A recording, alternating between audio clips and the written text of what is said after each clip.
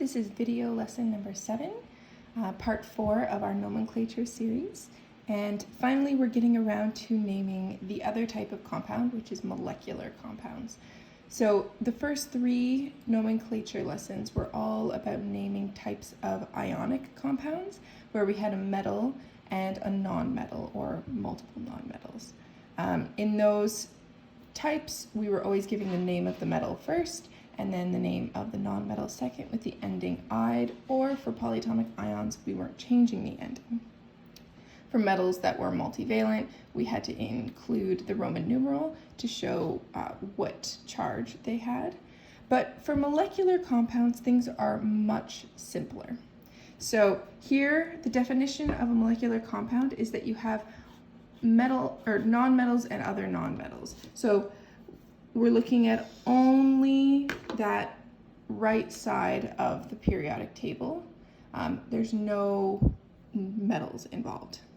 Okay, the type of bond between 2 nonmetals is called a covalent bond. And a covalent bond, if you think about the wording, co means together, and valent is, think of valence electrons. So covalent means that they're sharing the electrons in that particular bond. So a typical molecular compound that you'd be very familiar with would be water. So water, rather than being an attraction of charges like we have with ionic bonds, water looks like this, where you have bonds that are electrons that are shared in a bond. So 2 electrons shared between an oxygen and a hydrogen.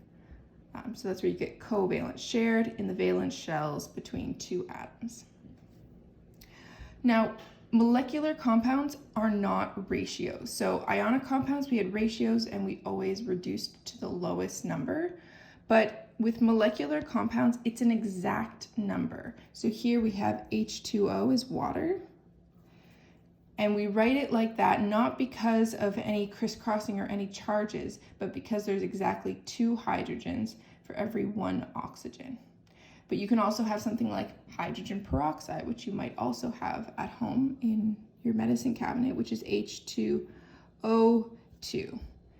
So hydrogen peroxide, H2O2, we would not reduce that to HO.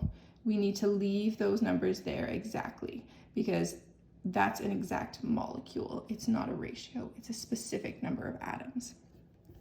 So when we name these, you'll see that we're going to give these special Greek prefixes to both of the element names to tell us exactly how many there are of each. So our general formula is to give the Greek prefix for the number of the first one, then the Greek prefix for the number of the second element, and we change the ending of the second element to "ide," like we were doing before. Okay, the most important thing to remember is that there's no crisscrossing. So when you're doing this, you are not going to look up charges. So no charges, like we were doing before. Don't look them up. You don't need them at all. We just write down exactly how many of each thing there is. So if we go back to our examples here with water and hydrogen peroxide, if we take hydrogen peroxide, that's the common name, but really if we were to name this properly, 2, here's your Greek prefixes, so mono, di, tri, tetra, penta, hexa, hepta, octa, nona, deca. Di tells you that there's 2, so this would be like dihydrogen, dioxide. So the prefix was di, the element name was hydrogen for the first element. So we just name them in order that they appear on the formula. And if you're given the formula and you're asked for the name, then you just name the first one first, always, just in the same order as it's written. So prefix was di, element name was hydrogen, so dihydrogen. And then prefix again, there's 2 of those, so dioxygen. But we changed the ending to "ide" still, so it's dioxide. So if I was going to name this, it would be dihydrogen dioxide, which is why common compounds like carbon dioxide are things that you may have heard of before, or dinitrogen tetroxide is laughing gas. So there's a few different ones out there that are more common substances. We use the Greek prefixes for telling us exactly how many there are of each atom type. So if we compare and sort of summarize what we know about molecular compounds like we did for ionic compounds, okay, the elements that combine in a molecular compound are all nonmetals. So a nonmetal plus another nonmetal. So this is all the right-hand side of the staircase plus hydrogen. Electrons are shared between the two elements rather than with ionic, they were transferred. So now they're just being shared. The type of bond, we call it covalent because together, valent electrons in the valence shell are being shared. So covalent bond versus ionic compounds, we had an ionic bond, which was the attraction between the charges of the ions. Okay, so they weren't actually sharing anything to hold them together. It was just the attraction of charges. Is the simplest ratio required? In this case, no. So we do not want to reduce the numbers, the little subscripts, for molecular compounds. We need to leave all the numbers as they are. For ionic compounds, we reduced because it was a ratio, but in this case, it's not a ratio. It's an exact number of atoms, so we do not reduce. Let's do a few examples. So give the correct formula for the following molecular compounds. Carbon monoxide. Now you'll notice carbon doesn't have a prefix. And that's because if the first element is just 1, we don't write mono. So in this case, carbon, it has no prefix. We assume 1, so it's just 1 carbon. Monoxide, mono, check your list here. Mono means 1. So 1 oxygen. So a C and an O would be carbon monoxide. Now, the second element must always have a prefix, no matter what. So we can make ourselves a little note here. First element gets prefix only if greater than 1. So you should never have a compound that starts with mono. Okay, you'll only start giving the first element a prefix if there's 2 or more, so di or so on and so forth. But the second element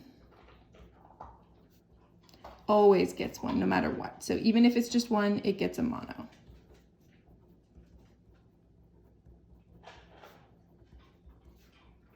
Now the prefix, remember, tells you exactly how many there are. So there's no crisscrossing. That's the biggest mistake that people make. Here, often what I'll see students do is they'll do dinitrogen and they'll go like this. N2 plus tetroxide, O4 minus, and then they'll crisscross. That's the biggest, most common mistake, is they'll start to make those prefixes as charges and then they'll do a crisscross and then they'll end up with the wrong numbers. Okay, do not do that. No. The nice thing about molecular compounds is that they give you exactly the number of each element type, so it's actually much less work than naming ionic compounds. So dinitrogen means I have 2 nitrogens, so N2. Tetroxide means I have 4 oxygens, so O4. So N2O4. And we do not reduce that to NO2, we just leave it as N2O4. For naming, here we have a single sulfur, so element, it's a 1, so we don't need a mono, we just write sulfur. And then oxygen, we're going to change it to oxide, so we're going to end it with "ide" and add the prefix for 3, which is tri. So sulfur trioxide. Another one here, H3O2. So our first element now has more than 1, so we need to give it a prefix. So it would be trihydrogen.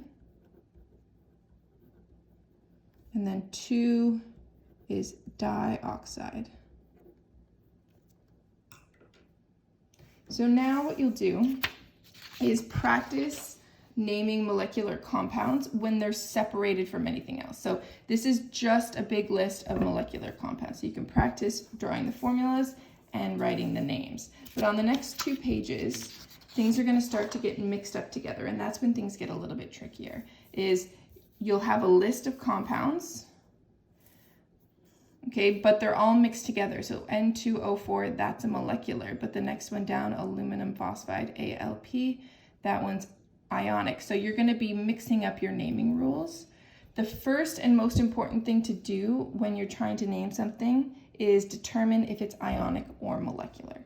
So the first thing you're going to want to do is figure out between these two which one it is. So here's sodium and fluorine. Okay, sodium is a metal, so you're checking for metals. If there's a metal present, then it's ionic. Okay, and you can select that and then follow the correct naming rules for that one.